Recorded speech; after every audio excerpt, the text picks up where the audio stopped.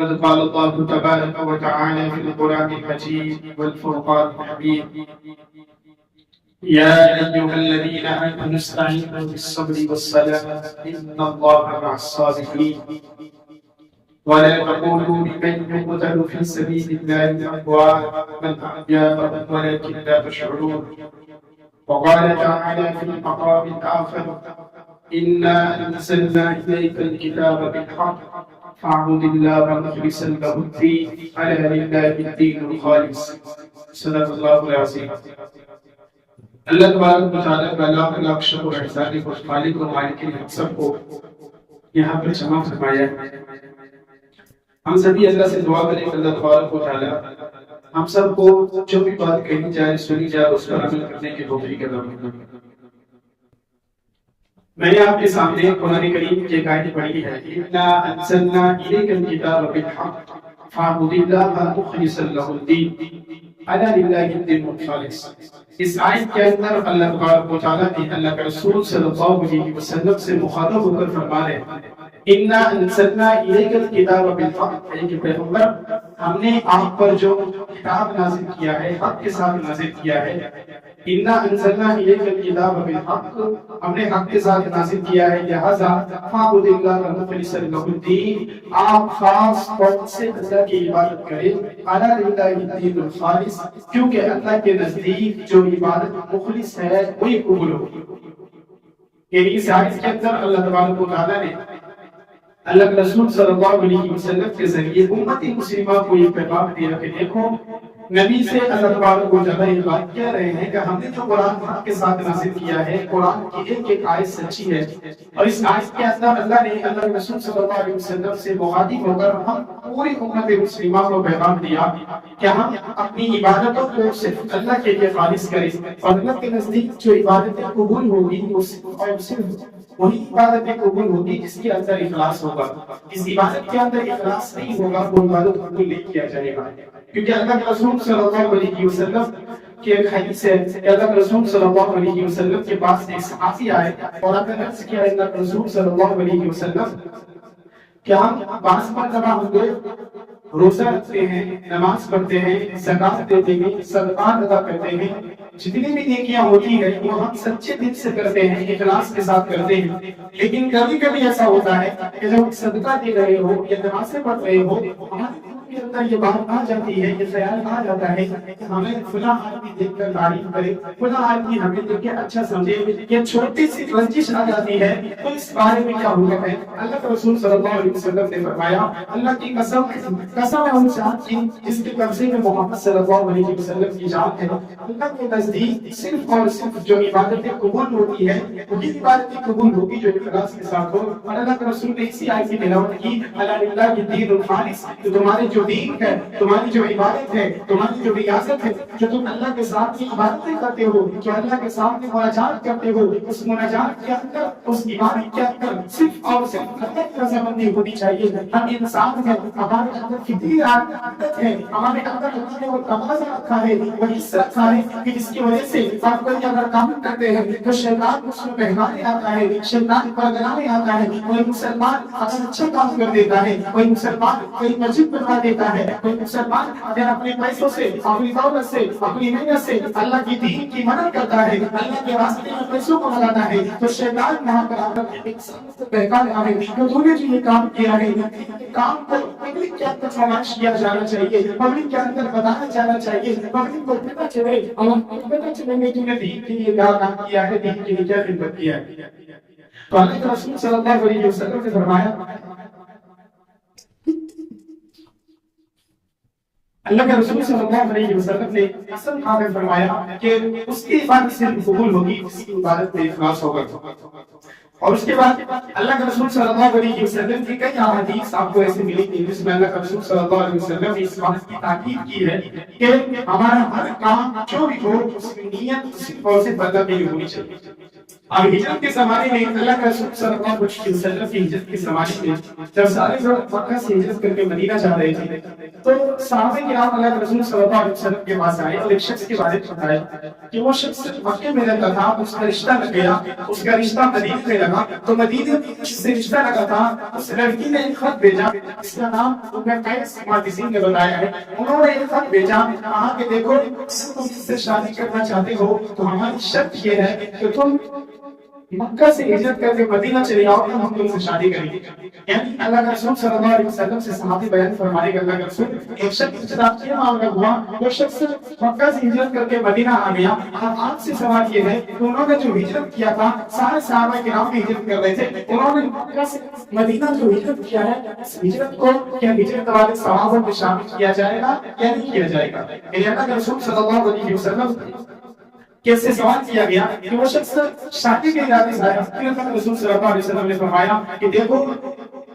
کوئی بھی اللہ تبارک و تعالیٰ کے نزدیک جو چیزوں میں تمہاری دیکھی جاتی ہے، تمہاری صورتوں کو نہیں دیکھا جاتا، تمہاری آمد، تمہارے پیسوں کو نہیں دیکھا جاتا، تمہاری صحتوں کو نہیں دیکھا جاتا، لیکن اللہ کے نزدیک یہ نہیں دیکھا جاتا ہے کہ تمہاری صحت اچھی ہے یا نہیں ہے، تم موٹے تازے ہو یا کوئی پتلے ہو۔ اللہ کے نزدیک یہ نہیں دیکھا جاتا ہے تم کتنے خوبصورت ہو، تمہاری صورت کتنی اچھی ہے، لوگ تمہیں پسند کرتے ہیں، بلکہ اللہ کے نزدیک تو دیکھا جاتا ہے وہ تمہارے دلوں کو، خلوص کو دیکھا جاتا ہے کہ تم جو کام کر رہے ہو، اس کام کو کرنے کے لیے تم کھڑے ہو یا کرنا چاہتے ہو یا کر چکے ہو، اس کام کیا تھا، تمہارا دل کا ارادہ کیا تھا، تمہارا نظریہ کیا تھا، تمہاری سوچ کیا تھی۔ اللہ تبارک و تعالیٰ نے اس رسول صلی اللہ علیہ وسلم نے فرمایا کہ اللہ تبارک و تعالیٰ کے نزدیک جو تمہارے اعمال کا اعتماد ہوتا ہے، تمہارے دلوں کو اعتبار سے حساب کیا جائے گا، تمہارے خوبصورتی سے، تمہارے بدن سے نہیں ہوگا۔ صحابہ کرام نے جو ارادہ کیا، کیونکہ بخاری کی سب سے پہلے حدیث ہے انما الاعمال بالنیات، اللہ کے رسول صلی اللہ علیہ وسلم نے فرمایا کہ ہمارے جو اعمال ہوتے ہیں،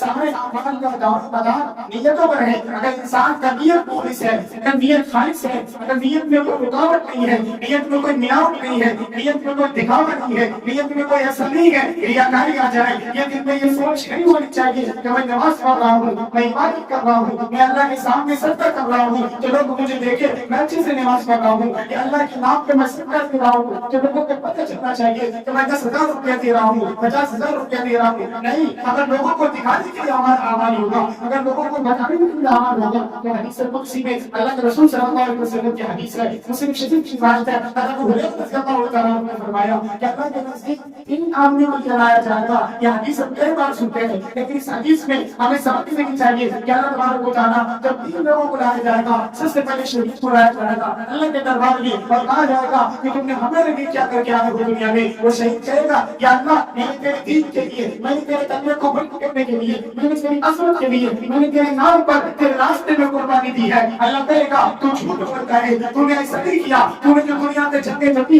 جو تو نے شہادت دی تھی، اس لیے دی تھی تاکہ لوگ تیرا نام لے، تاکہ لوگ تیری تعریف کریں، تاکہ لوگوں کے درمیان میں تیری بڑائی ہو۔ جو تو چاہتا تھا وہ تجھے مل گیا، لہٰذا تجھے اس عمل میں کوئی حصہ نہیں ہے۔ اللہ فرشتوں کو حکم دے گا اس کے منہ کے بل گھسیٹ کر جہنم میں لے کر جاؤ۔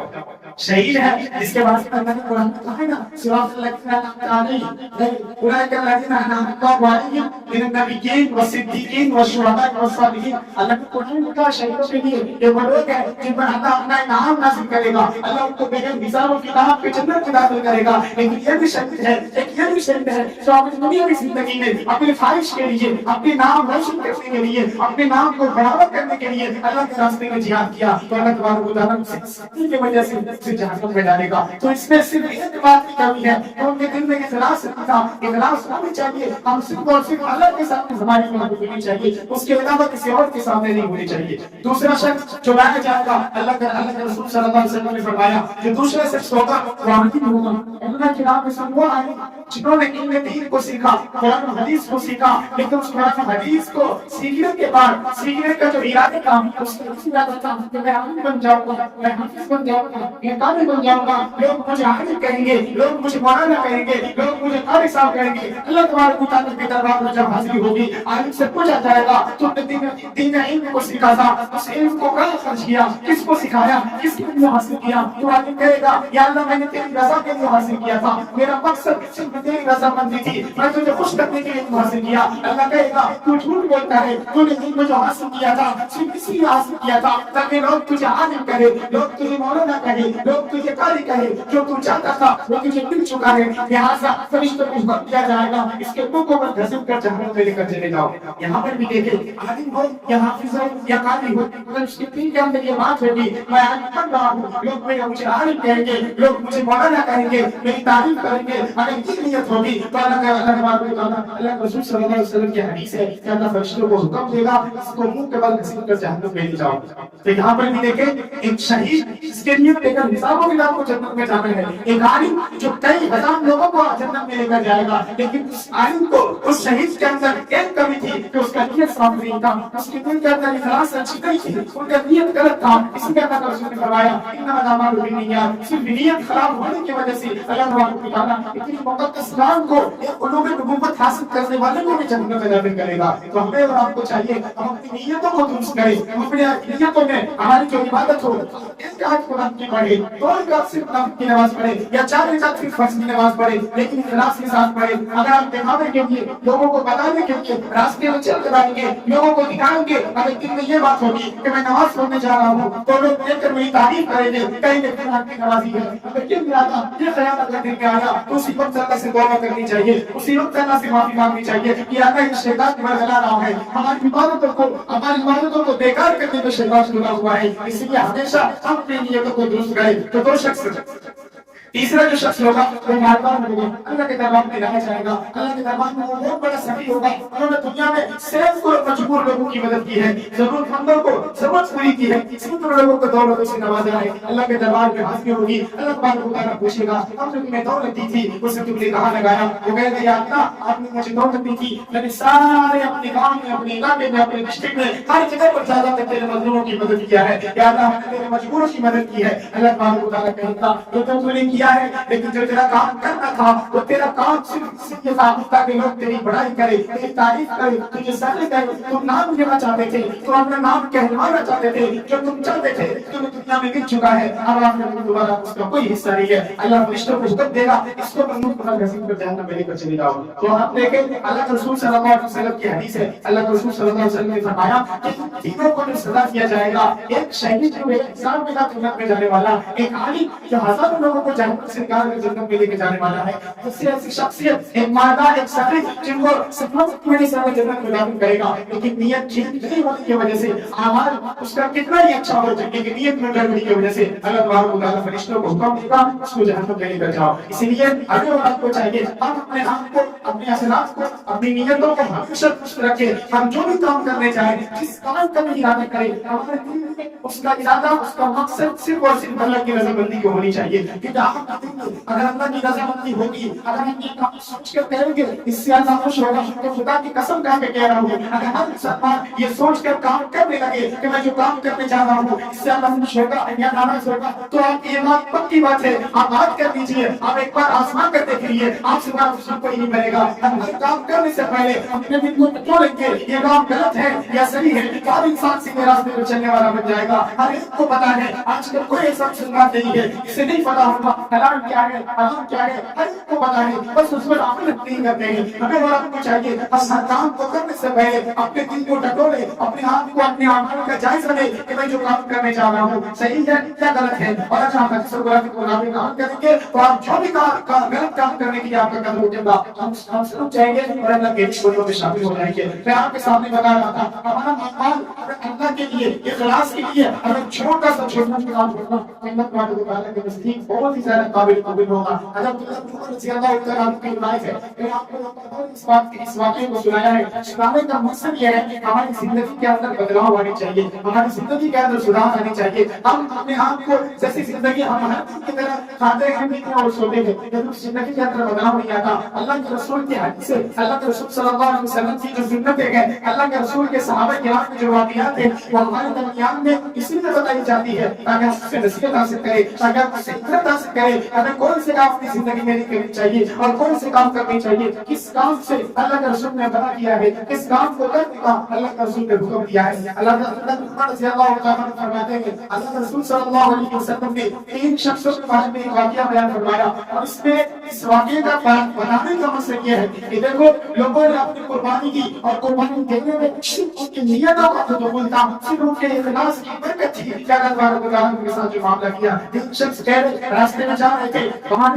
زیادہ سن سے ہوئے ہیں وہ تینوں ایک گاؤں کے اندر گئے، گاؤں کے اندر میں جانے کے بعد گاؤں کے اوپر اللہ تبارک و تعالیٰ کے حکم سے پتھر آیا اور دروازے کو بند کر دیا۔ اللہ تبارک و تعالیٰ امت مسلمہ کو اللہ کے رسول صلی اللہ علیہ وسلم کے پہلے کے واقعات ہیں، اللہ کے رسول صلی اللہ علیہ وسلم نے بیان فرمایا ہے، اللہ کے رسول صلی اللہ علیہ وسلم نے بیان فرمایا ایک قوم کے اندر 3 شخص تھے، لیکن اللہ کے رسول صلی اللہ علیہ وسلم سے پہلے کے واقعات ہیں، اللہ کے رسول صلی اللہ علیہ وسلم نے بیان فرمایا کہ وہ تینوں اس گاؤں کے اندر گئے بجلی کی کڑک سے بچنے کے لیے، گاؤں کے اندر جیسے گئے اللہ نے اس گاؤں کو پتھر سے بند کر دیا، بند کرنے کے بعد اب ان تینوں شخص اسی گاؤں کے اندر پھنس گیا، تینوں مل کر زور لگاتے ہیں، گاؤں کا دروازہ نہیں کھلتا ہے، آخر میں تینوں عہد کرتا ہے، ارادہ کرتا ہے کہ دیکھو ہمارے پاس تو بچنے کا کوئی راستہ نہیں ہے، اگل کی راستہ ہے، ہر کوئی ہم میں سے ہر شخص اپنی زندگی کا کوئی ایک اعمال ایسا اللہ کے سامنے پیش کرے، اللہ کے حضور میں پیش کرے، اس اعمال کا وسیلہ کر کے ہم اللہ سے دعا کریں تو اللہ ضرور قبول کرے گا۔ اس میں سے ایک شخص نے کہا کہ ہم سب کو اپنے اپنے اعمال کا جائزہ لیں۔ ایک شخص کہتا ہے یا اللہ سے دعا کرتا ہے یا اللہ میں بہت ہی زیادہ مالک تھا، اللہ نے مجھے بہت زیادہ دولت دی تھی، لیکن میرے پاس ایک لڑکی آئی تھی مدد مانگنے کے لیے، جب اس کو خوبصورتی کو دیکھ کر میری نیت پہ ڈگمگا گئی تھی، میں نے اس کی خوبصورتی کو دیکھ کر اسے کہا کہ میں تمہاری مدد کروں گا، اتنے پیسے دوں گا، اس لیے میں نے اس کے ساتھ غلط خواہش کا ارادہ کیا، لیکن جب وہ لڑکی آئی آنے کے بعد میرے پاس آئی، اس نے ایک جملہ کہا تھا یا اللہ، اس نے کہا کہ اللہ سے ڈرو یا اللہ، اس نے جو یہ جملہ کہا میں جملے کو سن کر کے میں گناہ سے بچ گیا، اس لڑکی کو چھوڑ دیا، میں نے تیری رضامندی کے لیے کام کیا تھا، یا اللہ اگر میں نے میرا جو یہ کام ہے، میرا جو یہ عمل ہے، اگر اللہ تجھے پسند آیا ہے تو اس دروازے کو کھول دے۔ انہوں نے صرف اپنے اعمال کے بلبوتے پر اس کو یقین تھا میری زندگی کا کوئی عمل ایسا نہیں ہے کہ میں اپنے سامنے پیش کر سکوں، صرف اس کا عمل ہو جو نے اخلاص کے ساتھ اپنی زندگی کو انہوں نے کیا تھا، اپنے اس عمل کو اللہ کے سامنے پیش کیا، اللہ نے دروازے کو تھوڑا سا ہٹایا۔ اب دوسرا شخص کہتا ہے یا اللہ، تم بھی دعا کرتا ہے اللہ کے سامنے، یا اللہ میں چرواہا ہوں، میں بکری چرانے والا ہوں، میرے پاس زیادہ مال دولت نہیں ہے، میری ماں باپ ہے، میرے اپنے بچے ہیں، یا اللہ میں ہر روز آتا تھا ماں کو دودھ پلاتا تھا، دودھ پلا کر اس کے بعد میں بچوں کو دودھ پلاتا، پھر سو جاتا تھا، یا اللہ ایک دن ایسا آیا مجھے آنے میں لیٹ ہو گئی، میری ماں سو گئی، میں نے بکری کا دودھ دھوا، دھونے کے بعد جب لے کر آیا اپنی ماں کے بعد تو میری ماں سو چکی تھی، میرے بچے جگہ ہوئے تھے، میں نے میرے بچے بھوک سے بھٹک رہے تھے، تڑپ رہے تھے، میرے بچے مجھ سے دودھ مانگ رہے تھے، میں نے نہیں دیا، صرف یہ سوچ کر کے کہ میری ماں ہے، اس کا حق مجھ پر زیادہ بڑھتا ہے، اس کے حق کو الگ کرنے کے لیے یا اللہ میں اپنے ہاتھ کو گلاس لے کر بیٹھا رہا، پورے رات بیٹھا رہا، صبح تک میں میری ماں کی آنکھ کھلی، پھر ماں کو پلایا، اس کے بعد میرے بچوں کو پلایا، یا اللہ اگر یہ عمل میرا خالص تیری رضا کے لیے تھا، یا اللہ اس دروازے کو ہٹا دے، اللہ تبارک و تعالیٰ اس کی دعا کو قبول فرما دے گا اور وہاں سے تھوڑی سی اور دروازہ ہٹا دیا جاتا ہے۔ اب تیسرا شخص کے بارے میں دعا کرتا ہے یا اللہ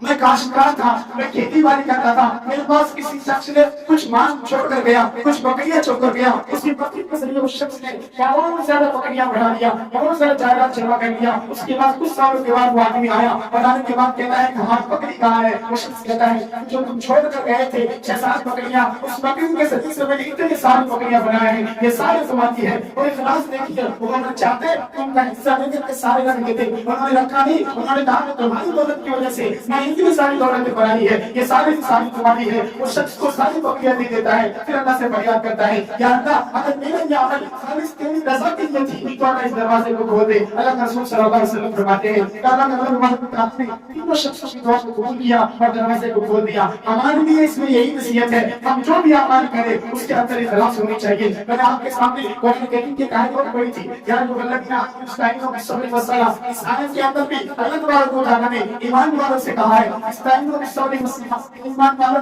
جب تم پر پریشانیاں آ جائیں، مصیبتیں آ جائیں، دکھ آ جائے یا خوشحالی ہو، جس حال میں بھی ہو، اگر پریشانی آئے تو صبر کا دامن تھامو گے، اگر خوشحالی آئے تو شکر کا دامن تھامو گے، کیونکہ اللہ نے قرآن میں کہہ دیا ہے کہ صبر کرنے والا بھی جنت میں جائے گا، شکر کرنے والا بھی جنت میں جائے گا۔ تو صبر کا دامن یہاں اللہ نے کہا استعینوا بالصبر والصلاۃ، اللہ نے کہا تمہارے اوپر کوئی مصیبت آ جائے یا پھر تم اللہ سے مدد چاہو تو صبر کے ذریعے مدد کرو، صلاۃ نماز کے ذریعے مدد کرو۔ صحابہ کرام کی زندگی میں اٹھا کر دیکھیں، آپ دیکھیں صحابہ کرام کو جب بھی کوئی پریشانی آتی تھی، جب بھی کوئی مصیبتیں آتی تھی، جب بھی کوئی کام کرنا ہوتا تھا، کوئی چیز معلوم ہوتا تھا، سب کے سارے صحابہ کرام اللہ کے بارگاہ میں کھڑے ہو جاتے تھے، دو رکعت چار رکعت اپنی حیثیت کے مطابق نماز پڑھتے تھے، اپنی بات کو اللہ سے بنوانے تھے۔ ہم بھی تو اللہ کے رسول صلی اللہ علیہ وسلم کی امتی ہے، ہم اپنی زندگی کا جائزہ لیں، ہم اپنے اعمال کا جائزہ لیں۔ ہم نبی کی امتی کہتے ہیں لیکن وہ کام کرتے ہیں اس سے ہمارے نبی کو تکلیف ہوتی ہے۔ اللہ کے رسول نے فرمایا قرۃ عینی فی الصلاۃ کہ نماز میری آنکھوں کی ٹھنڈک ہے۔ آج دیکھیں ہم بھی تو نبی کی امتی ہے،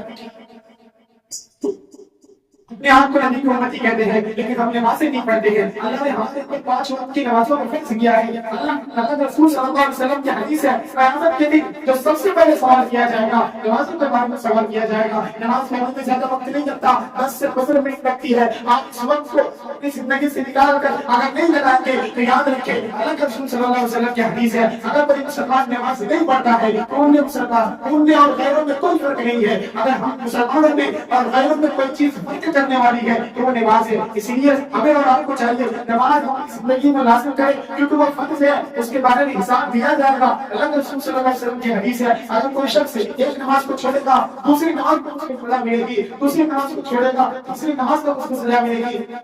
اس طریقے سے سزا سے جو سرکل میں وہ چلتا رہے گا۔ ہم میں سے کوئی شخص نہیں چاہتا ہے ہمیں تکلیف ہو، ہمیں پریشانی ہو، ہر کوئی چاہتا ہے خوشحال زندگی جیے، ہر کوئی چاہتا ہے پریشانی اس سے دور ہو۔ اس لیے ہمیں اور آپ کو چاہیے ہم اپنی نماز کو پابندی کے ساتھ 5 وقت کی نماز ضرور ادا کریں کیونکہ دیکھیں ہم لوگ اس بات کو جانتے ہیں ہمیں اس دنیا سے جانا ہے۔ اگر ہم 5 ٹائم کی نماز پڑھیں گے تب بھی ہم اس دنیا سے چلے جائیں گے، نہیں پڑھیں گے تب بھی چلے جائیں گے۔ عقل مند انسان وہی ہے، سمجھدار انسان وہی ہے اس کو اگر اس کے رسول نے فرمان بتا دیا ہم نے کلمہ پڑھ لیا ہمارے اوپر ذمہ داری بنتی ہے ہم 5 وقت کی نماز پڑھیں۔ ہم قرآن نہیں پڑھتے ہیں، حدیث نہیں پڑھتے ہیں، اللہ کا ذکر نہیں پڑھتے ہیں تو کم سے کم جو 5 نمازیں ہیں سامان کو ہم لوگ کے سامنے دکھا سکتے ہیں اس نماز پر زور دیجیے۔ نماز پڑھنے کی عادت ڈالیے۔ اگر ہم نماز پڑھیں گے ہمارے بچے ہمارے گھر والے نماز پڑھیں گے لیکن اگر ہم نماز نہیں پڑھا تو ہمارے بچے نافرمان ہوں گے، ہمارے گھر کی جو عورتیں ہیں وہ ہماری نافرمانی کریں گی کیونکہ اللہ کے رسول صلی اللہ علیہ وسلم کی حدیث سے قرآن سے یہ باتیں معلوم ہوتی ہے اگر کسی قوم کا